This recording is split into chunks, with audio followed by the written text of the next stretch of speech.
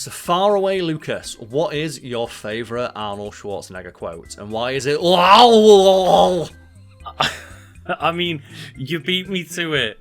I was going to make the joke, but my actual favourite is, put that cookie down. Put that cookie down. It's such a good one, right? He's got so many. But we're not talking about today. Today we're talking about that time Arnold Schwarzenegger was attacked by dogs because large. For pretty much his entire career, Arnold Schwarzenegger has been defined by his raw physicality and massive size, something that, early in his career, resulted in him falling off a horse and being attacked by dogs while running around the desert pretending to be a barbarian. So Lucas, we're going to get right to this one. What film do you think we're talking about? Well, actually, I do know what film we're talking about. We're talking about Conan the Barbarian, right? Yes, we're talking about Conan the Barbarian. Here's a clip.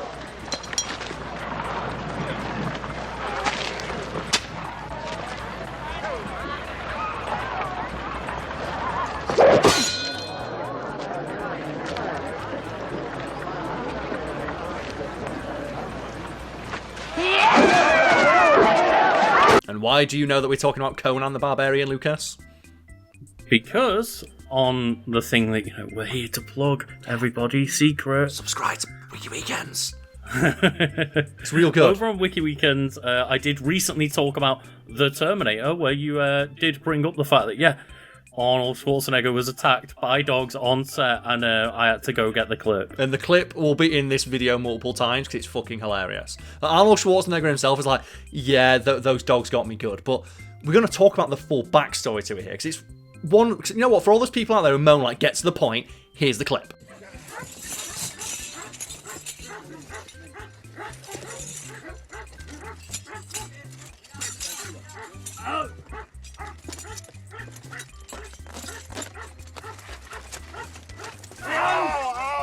There you go, there's Arnold Schwarzenegger being attacked by dogs. But for everyone else who likes the banter and just, watching and hearing two friends have a fun conversation about things that they like, you can stick around for the rest. Or subscribe to Wiki Weekends, where me and Lucas do this 3 times a week. I like the idea, though, that someone clicks on this video, watches for 1 minute to see the clip and bails.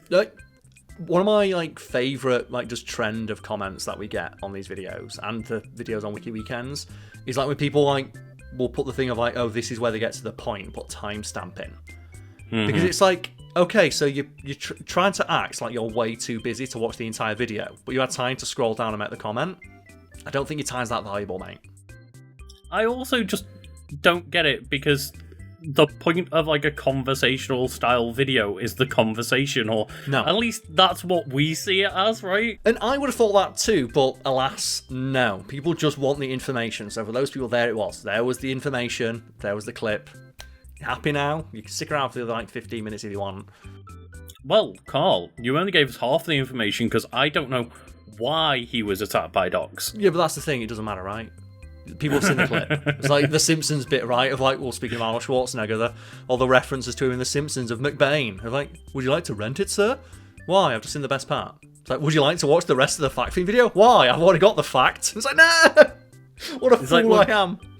The people that scroll to the last 3 pages of a book and I've finished it. No.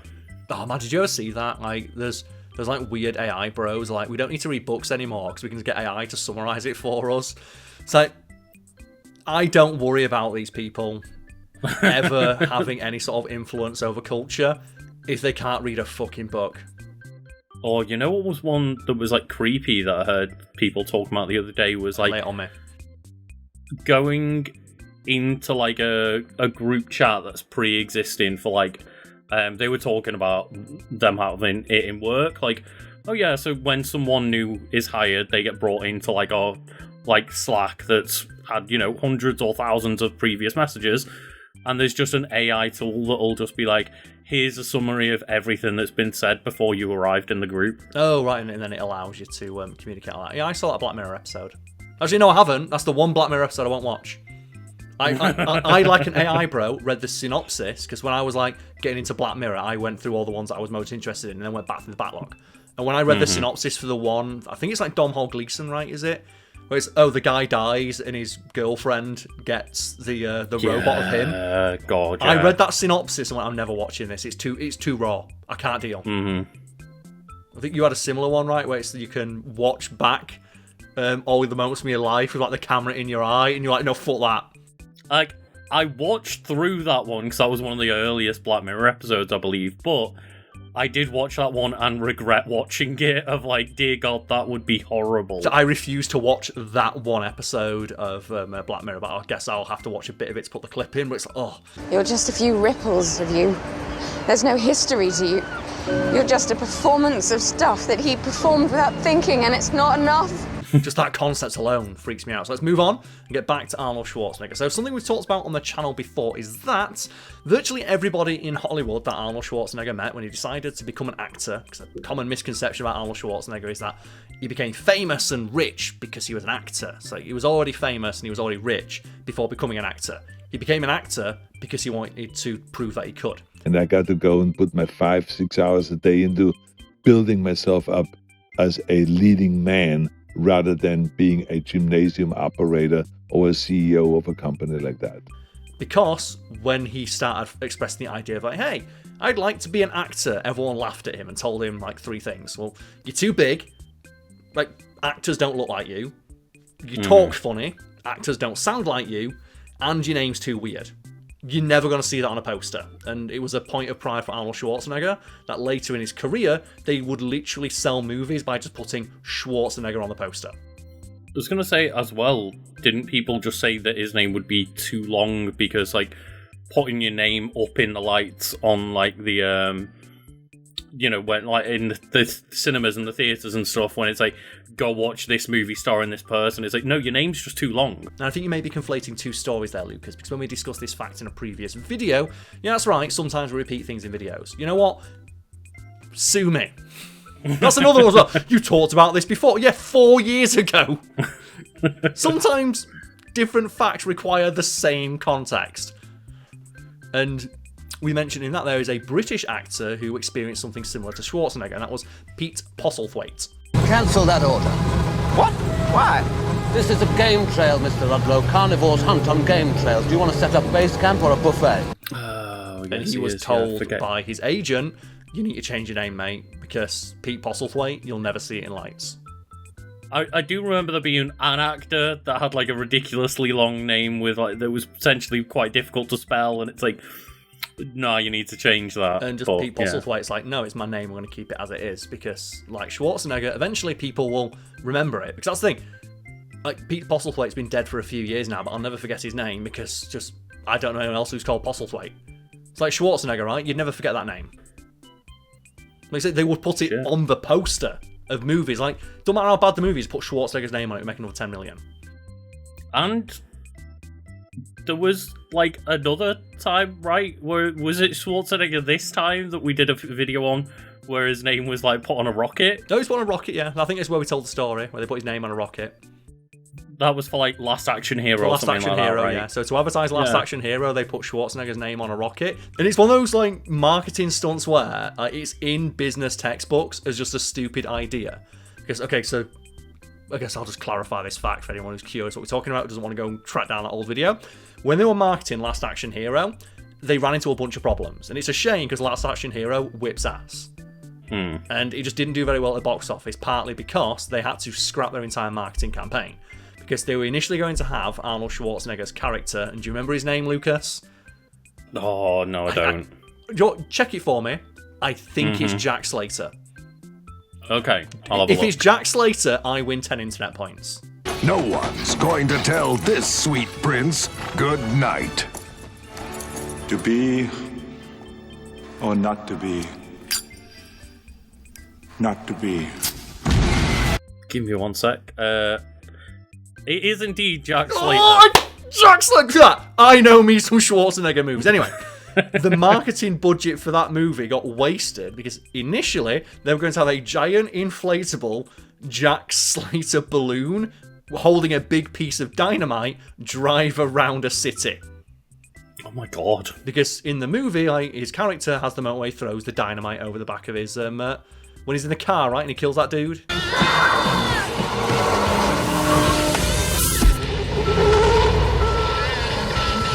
it is in the movie, but I don't know why they thought that would be a good marketing campaign. Well, they evidently thought that it would be, but they never managed to do anything with that balloon because they were going to drive around Oklahoma just after the Oklahoma City bombings.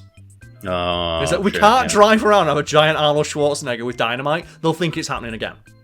So they quickly had to scramble, and they thought, well, why don't we put Arnold Schwarzenegger's name on a rocket ship? And that way, he's the first actor's name that goes to space.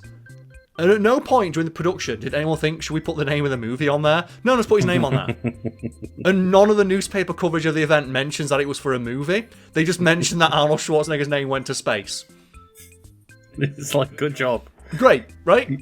Speaking of his name, early in Arnold Schwarzenegger's career, taking advice from those agents who he presumably fired immediately afterwards, he did appear in one movie under a different name, and that was Arnold Strong.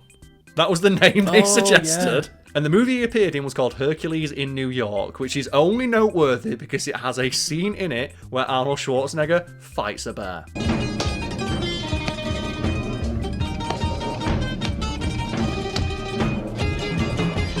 Well, and also, it was the debut of Arnold Strong. It was the debut of Arnold Strong. He's the only movie. And Lucas, I want to send you the screenshot. This is my favourite still from a movie. I want to get the cell of this now on my wall. Isn't that just... It's great, right? They also dubbed over all of Arnold Schwarzenegger's lines because his accent was that impenetrable. And he was reportedly very pissed off about that. Because, as mentioned, he was already rich and famous before he decided to become an actor. If anyone's curious, wait, he was already rich and famous? Yes, he was famous from his Mr. Universe and Mr. Olympia wins, and he was rich because he flipped property in LA. He was already a millionaire. Yeah, that's why he could afford to take a risk on just trying to make it in Hollywood, because, he's already got millions to sit on and just try it out. He was already a millionaire by the time he got his first acting role in Conan.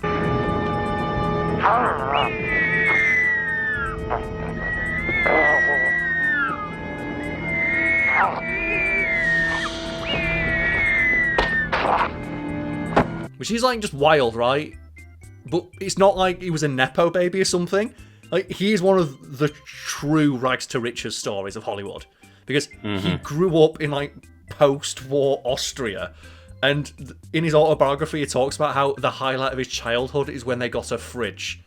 And him and his family gathered around the fridge, opening and closing the fridge, just marveling at how the light in the fridge would turn on. Because he'd not experienced electricity at that point. And then he often mentions the fact that, he just had friends from, the bodybuilding circles that he was in and stuff. And just when he moved to America, he was just, couch surfing for a long time. He begged, borrowed, and stealed everything he could. He set up a supplements business using his, his fame as a bodybuilder. He used the money from that to buy property, which he flipped. He started a bricklaying business, which he talked about in a previous fact theme video. Then he put himself through college and got a double degree in, I think, business and political science in his second language. And then he said, do you know what? For shits and giggles, I want to be an actor. And became an actor. And became the highest paid actor in all of Hollywood. He was so famous, and so rich, and so in demand. For one movie, they paid him in jets. Do you know for Terminator 2? They were so worried that Arnold Schwarzenegger would be like, hey, I want money on the back end. Like he did with Twins, with Danny DeVito. Yeah. This is basically just the best of fact theme video here, because I'm telling a bunch of previous fact theme facts. Because, I was wait, I thought it was Twins that he got paid in jets, but we just mentioned Twins in the film, right? Because he did Twins, and for Twins, he, Danny DeVito, and the director Ivan Reitman all agreed to take no money, but got money on the back end. And I think Arnold Schwarzenegger got 30%, and Ivan Reitman and Danny DeVito split 30% between them at 15%. And Arnold Schwarzenegger got a $40 million payday. And the studio was so worried that he'd ask for a similar deal with Terminator 2. They said, we're not going to give you points in the back end. What else can we give you? And Arnold Schwarzenegger went, a jet. I would like a private jet. And they went, yeah, we've got a private jet. Our CEO's getting rid of one. It's a Gulfstream. Do you want that? It's worth about $200 million. He went, yeah. Karl, what other Arnold Schwarzenegger fact theme videos have we got to talk about today? Well, quite a few, but there's this one, so... All those things I mentioned that made Arnold Schwarzenegger, a poor choice to be an actor, at least in the opinion of agents in Hollywood at the time, made him the perfect fit for Conan the Barbarian, because his massive frame, his unintelligible accent, and, like, you know, his weird foreign name. I'm saying that, you know, this is what people back then would have thought. Made him the perfect person to play just this hawking brute from an undefined period of prehistory called Conan the Barbarian. My accent was welcome because I talked different than everyone else, and it looked like from some prehistoric time. And the body looked like an action hero, something that, like Frank Frazetta, when he drew the Conan characters in the comic books, he always drew him with the huge muscles and very defined and ripped. But in those days, there was no actor around that ever could play that role. And I love Conan the Barbarian. One of my favourite just scenes in it. It's like, okay, how did small, tiny child Conan become giant, buff Arnold Schwarzenegger Conan? And he's like, oh, as a child, he's captured, and he's just told to just walk in a circle, pushing this giant log that powers some contraption.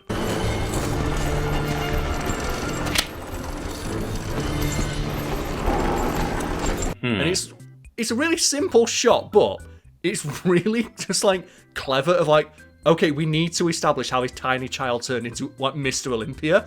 And they just show the little kid pushing the log, and then they have, like, as it fades, you see all the other people die of old age, but little baby Conan's still doing it, and they just have the shot of his thighs, and he goes from, like, the child's thighs to, like, Arnold Schwarzenegger thighs. It's like, I bet if all you did for literally 15 years straight was push that giant log, you probably would end up that big.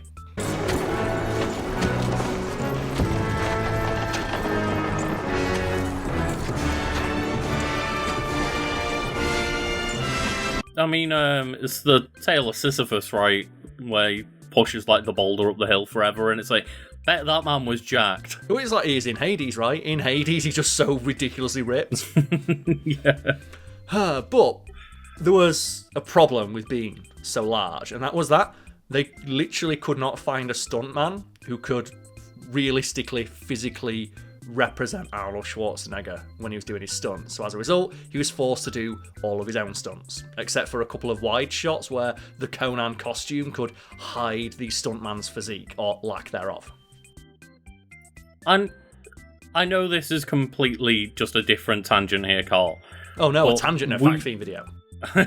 We just talked about Rambo, and that's actually one thing I meant to bring up when we talked about First Blood, is there's one shot where a guy falls out of a helicopter and they didn't even attempt to make the stuntman look anything like the police officer.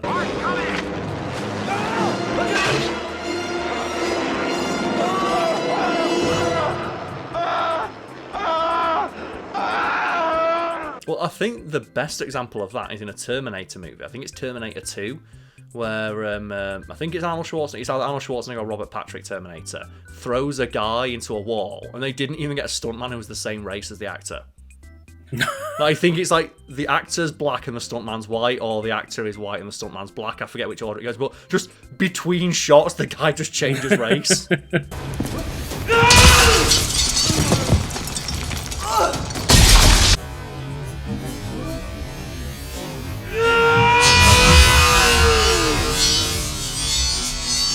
Because I was just so thrown off, because, like, the guy's got, like, the gun and falls out the helicopter, and then this, like, middle-aged, overweight policeman that's, like, 5'6" or something turns into, like, this 6-foot ripped man with the hair again and stuff, and it's like, okay, you just gave up on that one. Yeah, so being a stunt double, it is it's an unforgiving job, and it's unforgiving in the sense that if you do a good job, no one knows it's you.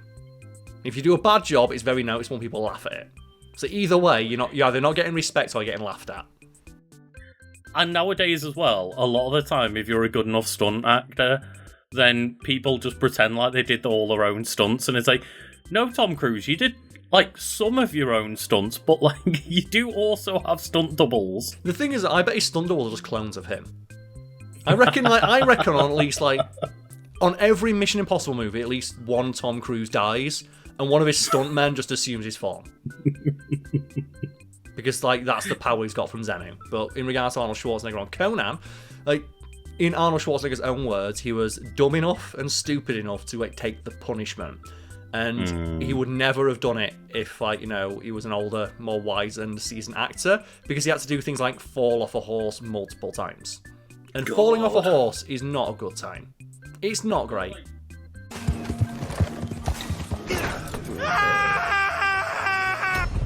Literally, people get like pretty badly injured just from the fall alone. Yes, and that's the thing is that Arnold Schwarzenegger was not a stuntman, so he didn't know how to fall properly. I think stuntmen get injured even when they know what they're doing. Yeah, Arnold Schwarzenegger didn't, and he was just to fall off a horse. He just fell off the horse multiple times. I do find it very funny though when you listen to conversations with stunt people, and often it's, oh, so how do you fall without actually like getting hurt? It's, no, we don't not get hurt. We take the falls. We just know how to do it better than most. Yeah, it's like of course it's going to hurt. You're falling on the ground, but we're falling in such a way where we minimise the risk. It's not about like it's not about not feeling it. It's about not taking the risk of, like, you know, becoming permanently injured. Yeah. You know, but arguably the worst injury Schwarzenegger suffered was at the maw of an angry dog. And you've already put the clip in. And I do find it very funny because the one that I found, at least, didn't seem to be able to find any higher quality footage, but low quality, like 80s footage or whatever. And he's just off in the background. And you just see him like disappear behind the rocks as you hear. Oh! And the dogs just go in. And let's see, the fact you can hear the Arnold's like just pain noises, which means that that's the noise he actually makes when he's hurt. Because that is a mistake. And the scene calls for Conan the Barbarian to be chased by some rabid dogs. And the way they realise that is by just getting a bunch of dogs and telling them to chase Arnold Schwarzenegger and telling them, run. Just run as fast as you can. And you might think, well, surely these were trained dogs, right? And they were, but they weren't having a good day. For example, before they shot that scene, they'd already attacked their handler. You know, the person whose job it was is to stop them doing that. If the dogs are attacking the handler, you should not be setting them on anyone else. Well, it reminds me of, like, there's a great interview with Seth Rogen about the scene in The Interview, where there's a tiger.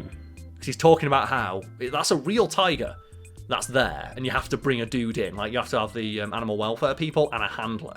And he was talking to the handler, trying to make small talk with him. Of like, well, is this dangerous? And the guy's like, well, yeah, it's a tiger. We'd be like, is it safe? He'd be like, well, they are killing machines, you know. Okay. And he's like, obviously that doesn't reassure him. He goes, okay, but I'm going to be safe, right? Because I don't know, it's a tiger. Well, are we okay to film at night? He's like, well, tigers hunt at night. You don't plan on shooting this at night, do you? We're like, yeah, it's at night. He's like, well, they hunt at night. So. And it's just the stories he tells it is every time he tried to ask the handler something that would reassure him, the handler just matter-of-factly told him, like, it's a tiger. I'm going to do what I can to stop it ripping your head off, but it's a tiger. That's the thing, at the end of the day, they are still creatures with their own independent thoughts and wants. Like, you can have trained them and hope that things go well, but sometimes they just don't. Like, it is a tiger, and in the case of Arnold Schwarzenegger, a dog. And the dog was in a very bad mood, and they chased him and just dragged him down onto some jagged rocks. Like, think about, obviously, like, you know, the awful shit with, like, Siegfried and Roy, of just the tiger just one day decided it had enough. Yeah, you know what? It's a tiger. Sometimes, like, oddly enough, wild animals don't like being poked with sticks. And they certainly don't like magic shows. They don't like being tricked.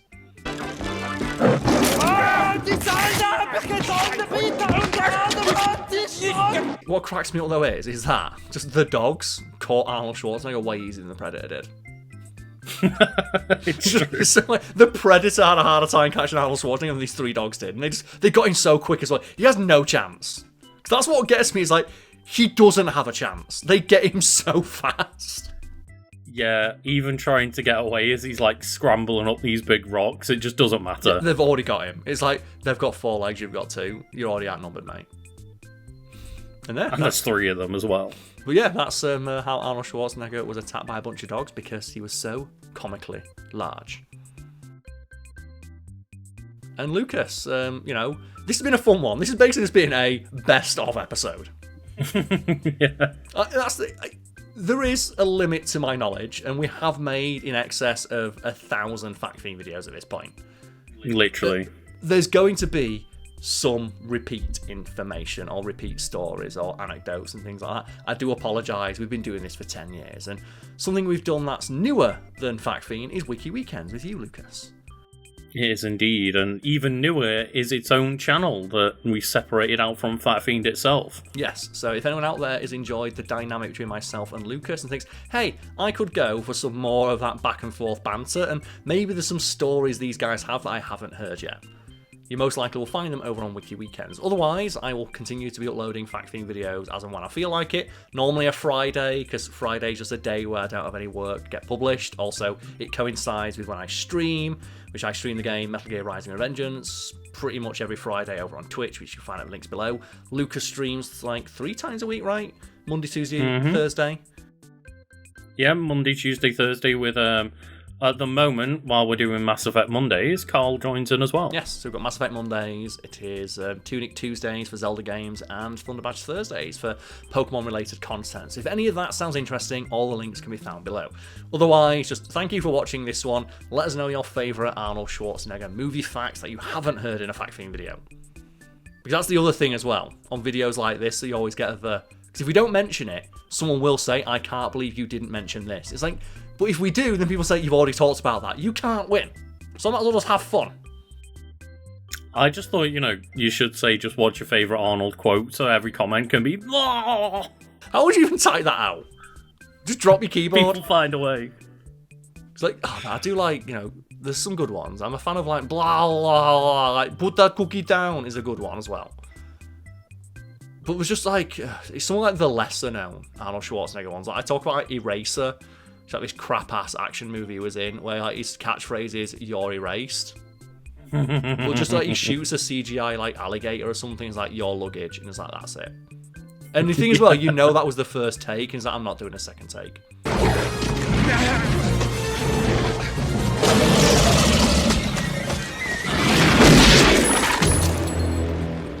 Your luggage. That's like peak not giving a fuck Arnold. That's where like that's the period where they did just put his name on the poster and sell the movie that way. He wasn't doing a second take of your luggage. Fuck it, it's good enough. People remember Arnold Schwarzenegger, they don't remember Eraser. I remember Eraser. I remember as well because that's the one where I joked and said it's just like it's a gun that shoots people's skeletons, and then you got my favourite genre of man on the internet, the movie understander. Who explained to me of like, Karl, he's not shooting people's skeletons, the gun has a scope that lets you see the skeletons. Like, you know what, when I watched the movie start to finish before I made that video, I didn't realise that.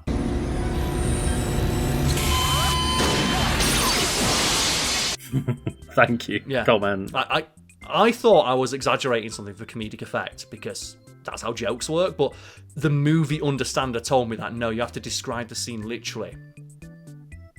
You do. You do. You do. Cheers!